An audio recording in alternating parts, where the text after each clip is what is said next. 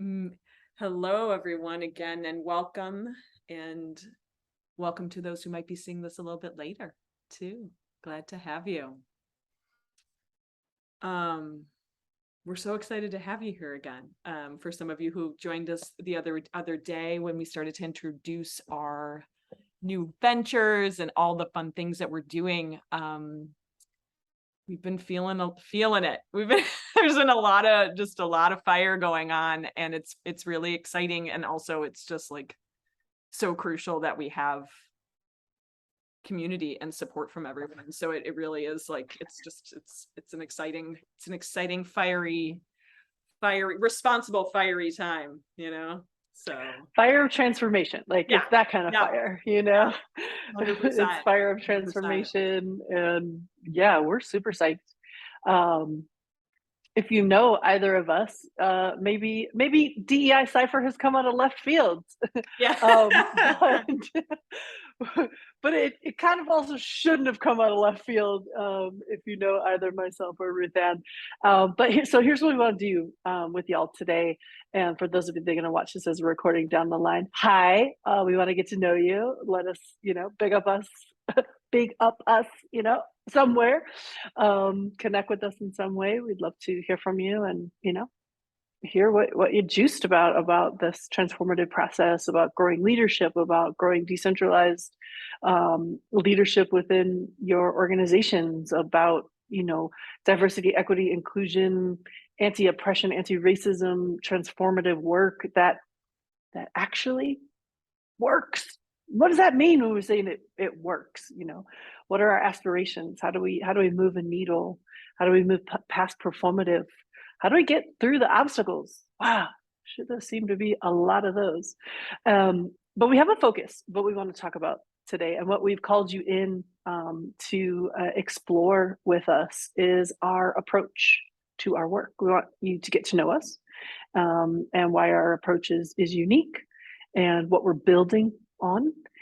Everything we're doing is incredibly intentional. We put a lot of thought into what we're offering and why and how. I want to share that cross-pollination approach. What is it when we come into conversation?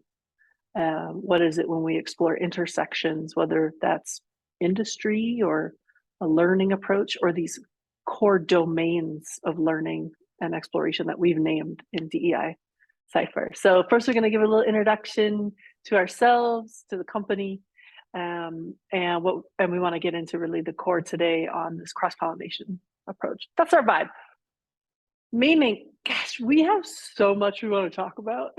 There are so many avenues that we want to go down. So this is also us centering ourselves, and staying a bit focused Yeah, for today. yeah. That's the idea. We're happy to entertain questions and queries. Pop your things into the chat. That's going to be really easy and helpful as we go along. We could weave in, and then we'll pause in a couple points. And any of you that are attending live that would like to unmute yourselves and have a talk, have a discussion, we're super down for that as well. Yeah.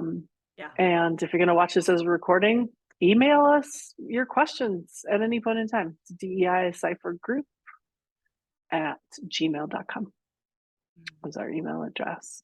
So Ruth Ann, it's a pleasure to be in partnership with you. Would you want to share with us like some of your story and how you got here Yeah, and what's calling you? absolutely. Yeah. I have had such, I feel really fortunate that one of the areas, especially when it comes to work and workspace, is that um, I have quite a range, and that I've had the ability and sort of the gift to shape shift a little bit in my career. And sometimes I didn't always know why that was all shaking out. I didn't always know why I was kind of like popping in from like women's public health care into hospitality, into marketing, into technology, all these things. And sometimes now I'm like, oh, it was kind of all coming to a pinnacle of like what Yoli and I are working on now, in terms of bolstering cross-pollination, which we'll talk about. So kind of within my own career, I have had so much cross-pollination, and it has been so informative in our process, our incubation, in terms of what we've been working on over the last year. But also, it's just, it's really been kind of a way of professional life for me, that I feel really called to share now, and I think the other piece for me, so yeah, I spent the better half of it, of a decade working in women's public health care, and working specifically with systems integration and figuring out how to actually make change happen within an existing structure, requires a ton of creativity. And we'll get into creativity later, because we sometimes, we're talking, we'll probably have a whole conversation another time about definition of terms and kind of how we're using them, how we're redefining them. But the amount of just the critical thinking, but the critical pondering, like the instincts, all these things, were a really important part of change management, of evolution management, especially in a workspace structure. So, I went from there, I had a real calling to kind of get back into food. I love food, like food's the best. And I just that was always something that was so important for me, was certainly something that was part of my family growing up, all these things. And so when I had opportunities to really get back into that kind of operational world, which also requires a ton of creativity, and it requires so much connection with other humans. All of these fields do. We look at healthcare, hospitality, all of this, it all works together.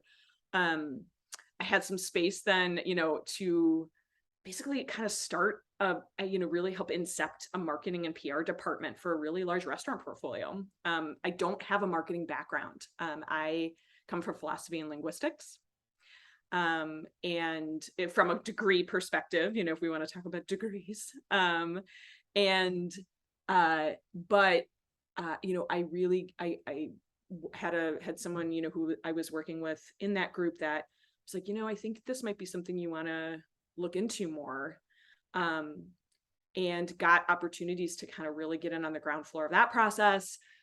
Got into then some of the technology world in the hospitality side. So I've just had this very rich, robust dots that I've been able to collect and connect, that have been super wonderful. All the while, I think in every single interval of these careers, diversity, equity, inclusion, and the relationship I had with it, the voice that I had around it, or the things that I think I felt really strongly about through any of these sort of workspaces, were super, super instrumental in shaping some of my career as well. I came in on the ground floor of working in women's public health care when there was a really big push for a lot of DEI initiatives. It was a lot about why at that time. We didn't always really have the how. And this is something, this is kind of where we're also really looking at a lot of the new ways, so when we look at maybe even 20 years ago, DEI initiatives were a lot about oh, we just need to understand why this is happening, versus ooh, what can we do about it? And that's okay. Again, this is not we stopped at the why. It was kind of where the arc was, particularly in that setting, in my lived experience. Getting into hospitality, man, DEI initiatives are really complex. There's a lot going on when you get into the hospitality space, for sure. Technology space, I mean, it's everywhere, right? So yeah, I think for me, when I think about my own creative superpowers, my own creative sort of muscle flexion that I've worked on over all of these years, there was this real call for how do we really, how do I pull in the component of really using this towards transformation, towards social justice, towards pieces that will really help bolster new ways into the future that I think folks are really hungry for and trying to figure out. I'll stop there.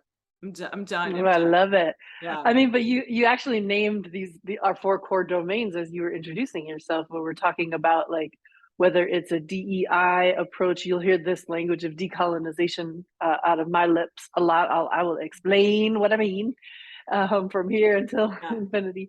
And you named like process and transformation, which and healing, in naming some of the venues that you worked in, and then these like self-reflective processes in your own twisty windy journey. And then I also heard you name obviously creativity, and how central creativity, creative processes, and integration, the messaging, we can call it marketing. That's what it's called in the business industries themselves. And like, I just want to highlight that you named our domains, so let me see if spontaneously I can do the same. So my name is Yoli, my Ye, my pronouns are she, her. My name is in a Native American language. It means she whose words are heard. Today, I'm speaking from the land of the Amazigh peoples.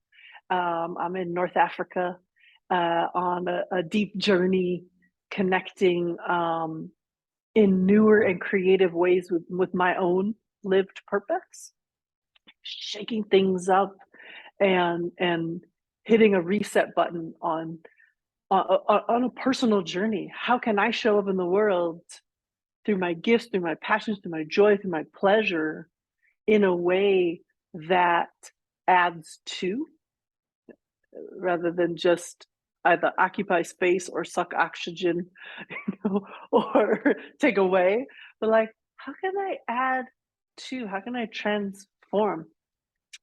How can I show up as the best version of what I have to offer? And as a deeply spiritual person whose life has been pretty much devoted to spiritual cultivation and the cultivation of healing arts and healing capacity for self and others, I'm doing this in partnership with land and place and people and ancestry. And for me, that's so deeply rooted in the principles of restoration. And then, like, just right adjacent to restoration is restorative justice. So in my academic work, what I learned to do, what I developed for myself through experiential methodology, is an approach where I bring cultural traditions in conversation with each other so that a third space can emerge. So cross-pollination is literally in the heart of everything that I do. Yeah. I particularly love to take, specifically indigenous traditions, bring them into conversation and do a restoration work, because indigenous traditions are often indigenous way, like the path.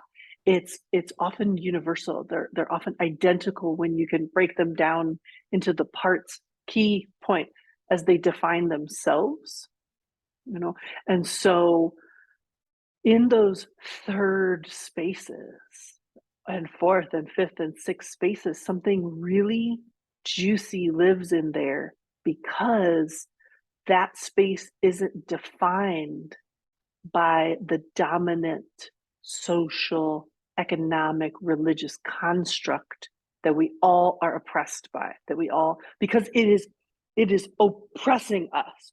If you try to step out of the capitalist system, if you try to step out of the rigid systems of race and class, the things that divide, you pretty much have one option.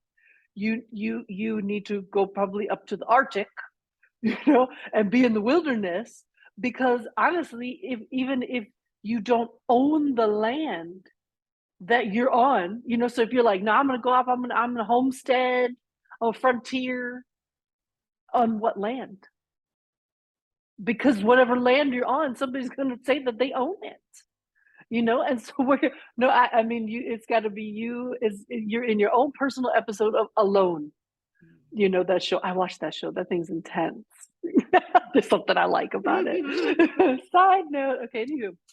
So when we're in conversation, we can do healing work, we can do restoration work. So it's like blowing out a little bubble within this rigid cube. And in that bubble, there's rainbows, there's glitter, there's sparkles, there's golden light, there's like all the magical things. And I believe that there are also ways to even then expand that bubble beyond the confines of the cube itself. Ooh, that's deep. Okay, I'm just telling you what I'm seeing in my head right now, right? So what I did my degree in is comparative religious ethics. I also studied cultural anthropology and global studies. And because of that toolkit, that's how I landed up teaching DEI. I, like you, Ruth Ann, I don't come from a marketing background. I don't come from a gender studies background. So like some of the popular academic things that inform the folks that teach DEI, gender studies, feminist studies, critical race theory, like those are generally your areas. No, I actually come from this like globalization, world culture, religion, faith, practice, spirituality end of things, which means people and place. Now, what's like one of the many crises of the moment is the crisis of belonging. Where is home? And then we come into a work setting. You know, work is supposed to be a really important part of our human and spiritual life. Except we come into a company setting, for-profit, nonprofit, independent owned, entrepreneur, independent contractor, whatever's the thing, freelance, volunteer, internship, apprenticeship, whatever's the thing. We're stepping into somebody else's imagination. They've made an organization. There's a design to it. And somewhere in there, deep inside you, you're actually searching for belonging. And when that space, it can profess community, it can label, we're community, we're community, we're community. But maybe the feeling isn't there. Maybe your body doesn't give that yes, this is community. And now we add back in all those layers of the social construct of difference. We're constantly searching for likeness. We're searching for ourselves in others. And that is actually the heart of the theory of cultural anthropology, that we define ourselves through our engagement with a cultural other. So things we can conclude. Ideas aren't born in vacuums. Actually, humans have come up with their systems and ideas since we decided to stand up and get a little less furry, you know, in conversation with other people. Also, we have a collective capacity, and we arrive to ideas, insights, even language, labels of things, like a global interconnected network. We don't even have to be in the same place. You could be in your mountain hamlet and I can be, you know, across the world at my beach side, and we can come up with the same ideas because we're that connected, and we always have been, right? And so cross-pollination isn't just our idea, it's how we've always done things, but it's only in the very recent modern times that we've taken whatever topic subjects and separated them. That marketing goes here, you know, like let's just even how a company is run, that corporate structure, you know, that like admin's here and marketing's here and HR's here and everything's in these neat silos that people don't talk to each other. And then they're like, but we're a team. We're a community. It's like, well, homie, proof's in the pudding.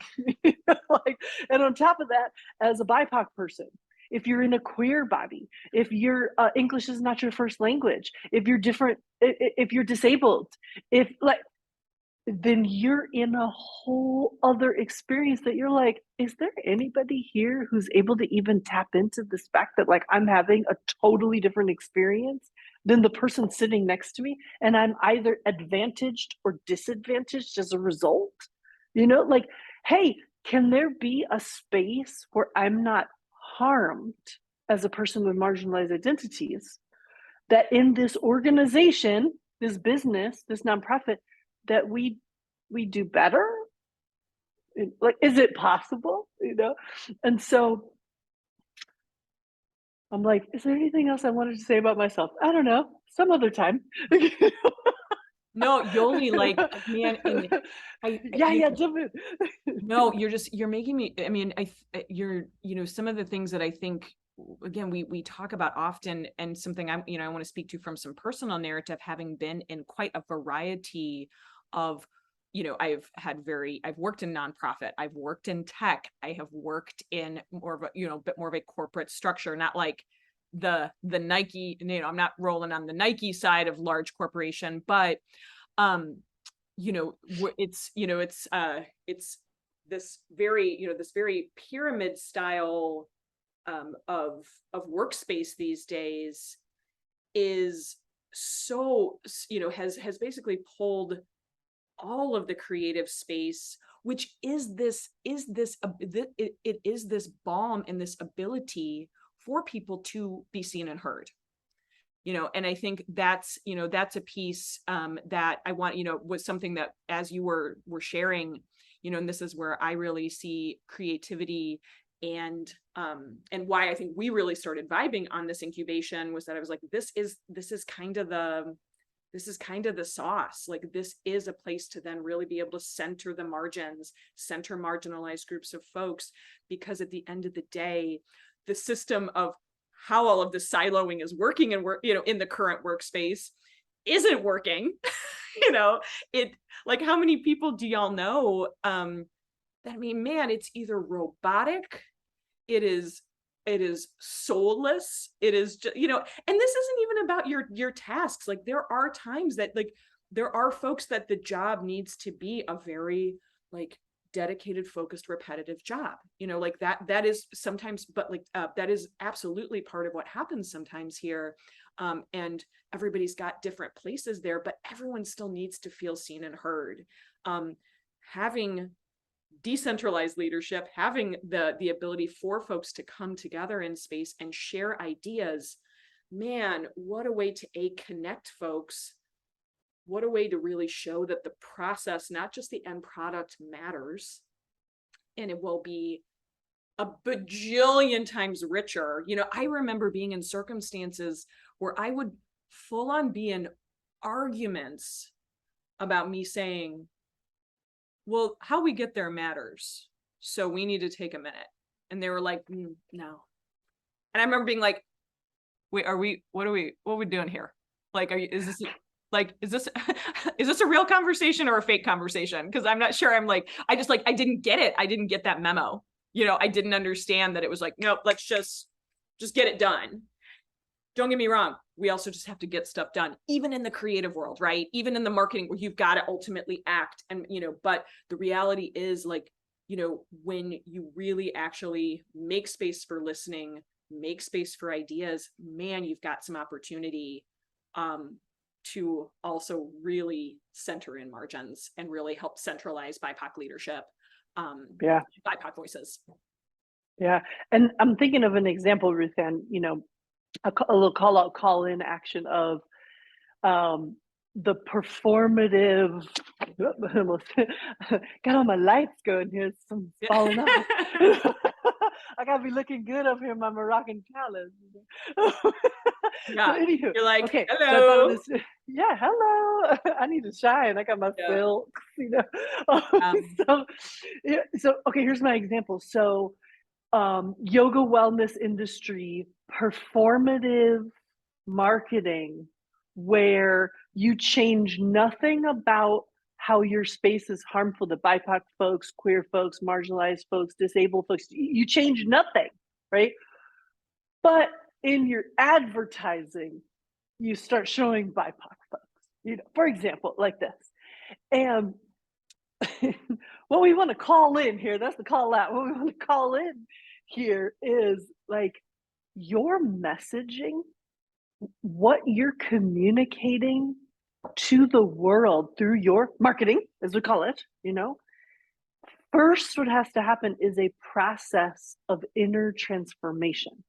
You as leadership. Now, if you're a bigger organization and say your leadership is, you have HR departments, you have marketing teams, HR team, or just like one HR person, and 3 people that are on the market, whatever's your size, kind of thing. And then you have your leadership suites, and within that if those folks that are in leadership positions haven't themselves gone through a transformative process to even understand what they're saying and communicating, that's when we say, look, it's performative, and you're not going to stoke the policy metric change that you want to be. For example, well, we want to have we want to be a welcoming space for BIPOC folks. We want to be a welcoming space to recruit BIPOC staff or leadership in our organization, which is really common. Like, as DEI consultants, we hear stuff like that all the time. We're like, so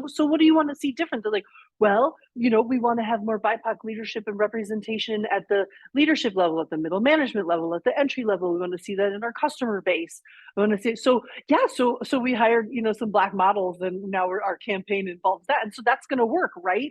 Yeah, no, not only is that not going to work, it's actually going to work backwards, because the messaging actually needs to come from within the leadership itself.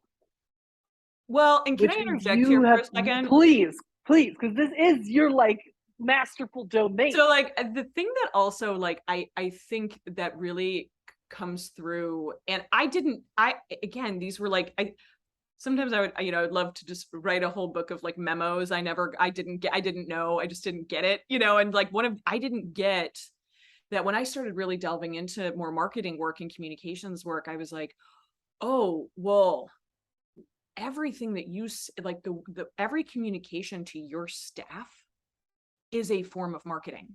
Your internal communication is, dare I say, arguably more important in terms of, especially of the starting process, right? So and as Yoli just said, when we do performance, the other piece is, guess what? Your consumers know this. The people who you're trying to attract, they might not be able to articulate it. They might not be able to say, oh, but there can be a very pre-verbal, oh, Black yoga model. Oh, cool. Wait a minute. But if I go in that studio, will I find any? Yeah, well, I see that, Yeah. But if I want to avail that retreat, is there going to be anybody on there? If I go into that, if I go, because I see this all travel noir. I love following. Yeah. And I love what they put out. And then it's I actually went to the brand new Hilton Tulum earlier in the year, and I was like, it's travel noir up in here. Reminder, Black folks have money. Black folks travel. Black folks want to do luxury travel. It's not performative. You've got these folks generating this online content, not as a performance, but to actually show that if you keep just analyzing the market, even your customer base, through the white lens, you are missing the point. It's just side note, but I love travel noir. Oh my gosh, yeah. Well, and Ariel made a comment here that I want to speak to too. You're seeing, the intellectualizing versus the embodying, which I feel like you're you're in our back conversations between Yoli and myself, because we talk so much about the hyper intellectualization of messaging, and this top of head to just a neck above the neck, above the neck in this process, which speaks to another super important component of our approach, which is full embodiment. And that is another, it is that for folks that we can certainly have a whole nother conversation about embodiment another day, but for folks who maybe are a little what are we talking about right now? What does fully embodied work mean? It's we're letting all of the body's brains do some speaking, doing some expression, but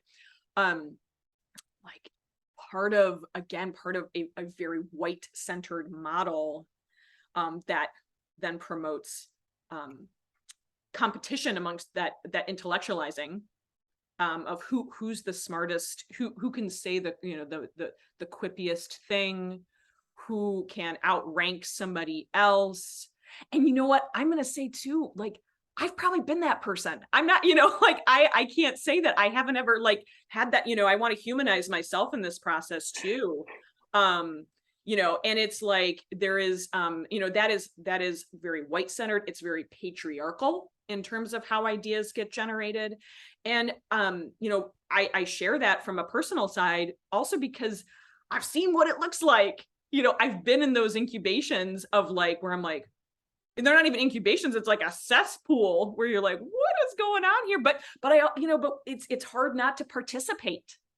Like, and I want to name that, and I want to name that in all of, you know, in all of this work. Right, because if you don't participate, you're not seen. And then we've got this fear you're of not rewarded. Yeah, you're not rewarded. You're not given the promotion, the money, the good teaching slot, Yeah. the retreat. You're not the celebrity out in front. You're not moving up a leadership hierarchy. You're not getting bigger accounts, whatever's your thing. Yeah. Well, and to that end, not only are you not rewarded, you're probably going to pay, you could be paying consequences.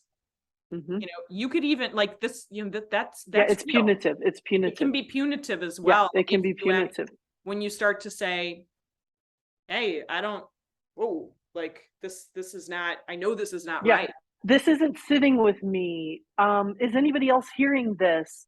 I don't know. I feel like I'm out on it. I mean, I'm like pulling up the like playbook of marginalized folks, you know, they're just like, is anybody else not comfortable with this?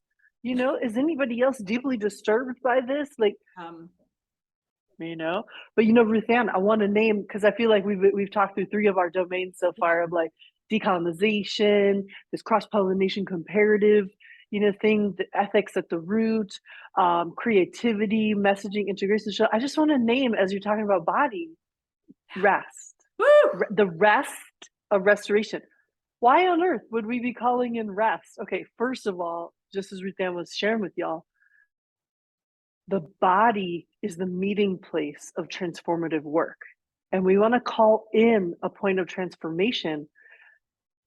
Everybody who's on this call, probably most of you that will watch this recording at some point in time, you have been through some sort of DEI training, whether it was at an individual level or within a workplace, a project, a university, whatever, nonprofit, for-profit. And we really need to just pause and ask ourselves a question here. Did that training change anything?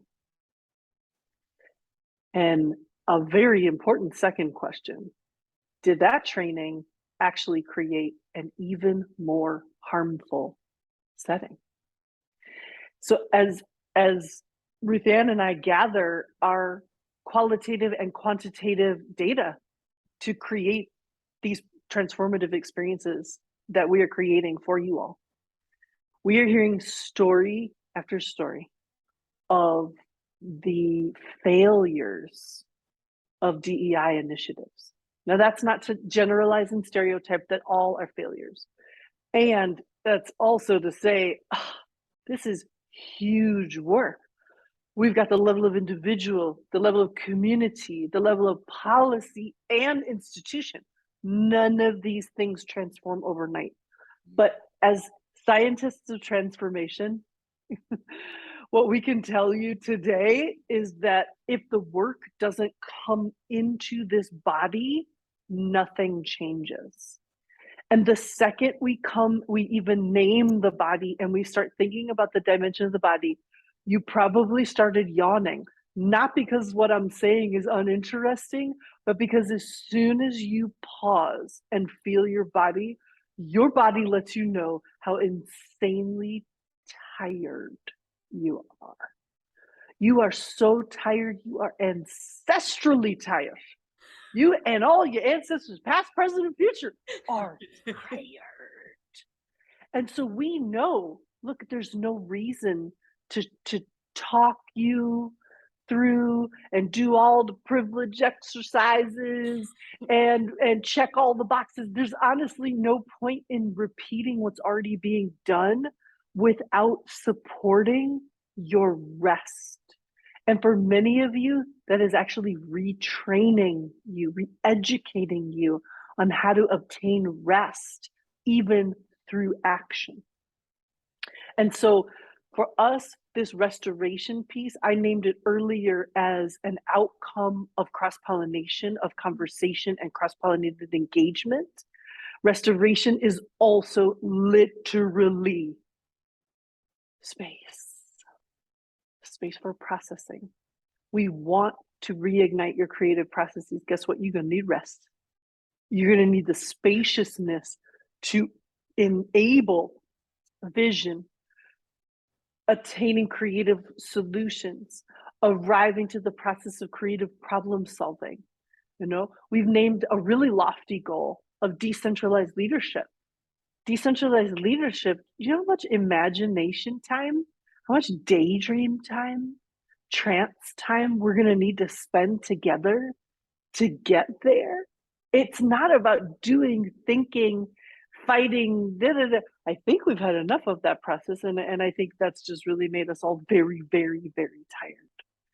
And so if you get a chance to comb through our website and you just kind of see the vision of where we want to take you through this process of engagement in things like this, where we're gonna talk, we're gonna converse, we're gonna meet as a virtual community, a more regular meeting in virtual community, workshop spaces that happen online, customized programs for your people, your spaces, and what we really are so excited to create, which are dedicated, intentional, stylized experiences that are like a concentrated learning environment. They're not like, they are Yeah. a concentrated learning environment in the form of retreat and summit. And in those summit spaces, we're so excited to bring together these industries that both Ruth Ann and I have gained our expertise in. And we have some crisscross as well for Ruth Ann in hospitality, healthcare. And let's remember, hospitality has the branches, you know, there's food and beverage, as you share with us. There's also spa, resort, literally the spaces that are holding the events, you know, and we've got wellness, the yoga industry, and we've also named lifestyle. And lifestyle is our strategic way of creating a space for companies that are involved with product that intersects in yoga and wellness and hospitality. You know, so if you're that like small batch gin producer that cares about DEI principles, you know, if you're that cannabis entrepreneur that is really wants to make sure that they're going to do right ethically by DEI principle, if you are that extremely tired yoga studio owner, if you are out, no goop of Veda, like let's go. Yeah. Let's get in here. Are you Hilton Group? Let's roll.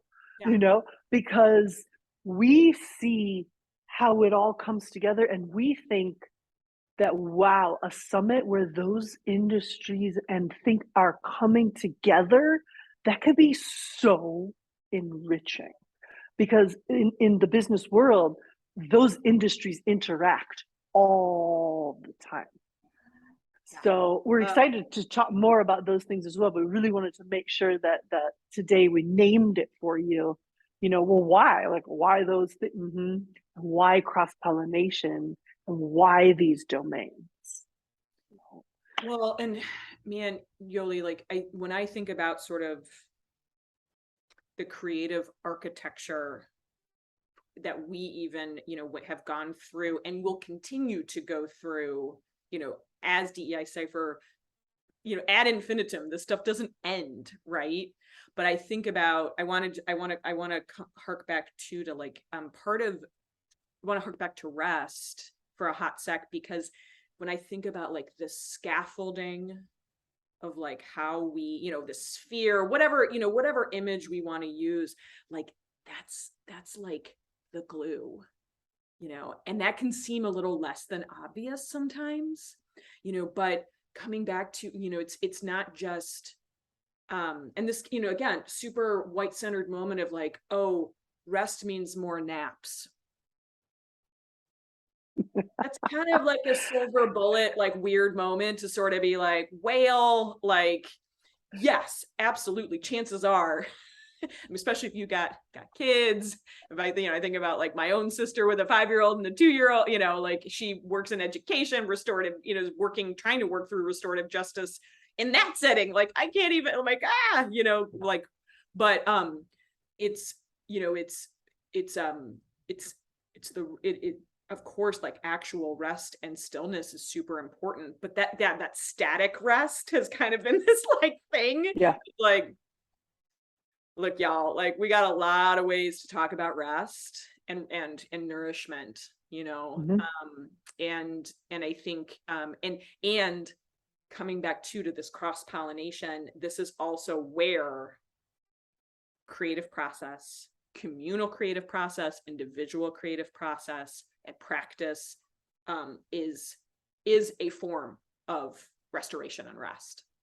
So, and that can be to your, I think I just saw rest in action, like, oh Yes. my gosh, absolutely, like exactly, so um it's like when we think about, I sort of think about like especially restoration as that, like as the sort of like it's the bee, it's the it's the nectar that the bee is kind of just kind of hopping along from all of these flowers and all of these approaches, to really be like, oh yeah, and let's figure out, let's do a little unlearning today.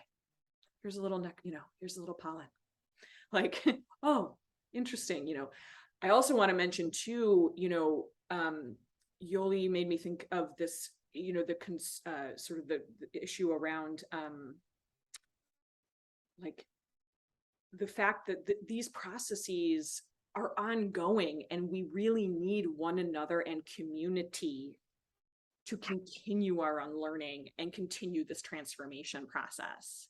And that's another piece, again, from our qualitative, quantitative research and just kind of really exploring this. It's like, man, like because we are up against, Yoli was talking about, about capitalism, about the system, all the systems that are just not, they ain't working, the desire that we're seeing for new ways. Like, man, I know I need very regular conversations of reset, because we're kind of, I mean, we can call it whatever you want, but like I remember one day, like, when Yoli and I were meeting one day, and I kind of like put my hand on the table and I was like, I mean, we're starting a revolution.